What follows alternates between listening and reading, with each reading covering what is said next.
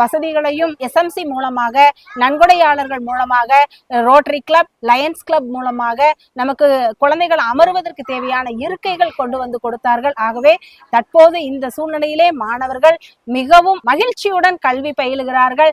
எந்த விதமான காட்டு விலங்குகள் பயமின்றி, அச்சுறுத்தல் இன்றி, மற்றவர்களுடைய பயத்துக்கு இடம் இல்லாமல் மாணவர்கள் எல்லா நேரத்திலுமே ஆட்டோ வசதியோடு எப்போ வெடியும் நாங்க ஸ்கூலுக்கு வருவோம்னு சொல்லிட்டு அவங்க இருக்காங்க. உதாரணத்துக்கு ஒண்ணு சொல்லிடுறேன்.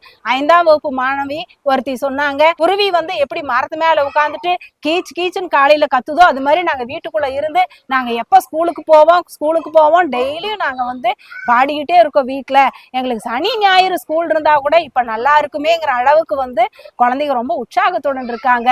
எல்லா நாட்களிலுமே நீங்க ஸ்கூல் வைங்க அப்படிங்கிற சொல்ற அளவுக்கு குழந்தைகளுடைய வாழ்க்கை தரம் உயர்ந்திருக்குது, அவருடைய கல்வி நிலை உயர்ந்திருக்குது. இந்த காலை உணவு கொண்டு வந்ததும் சரி,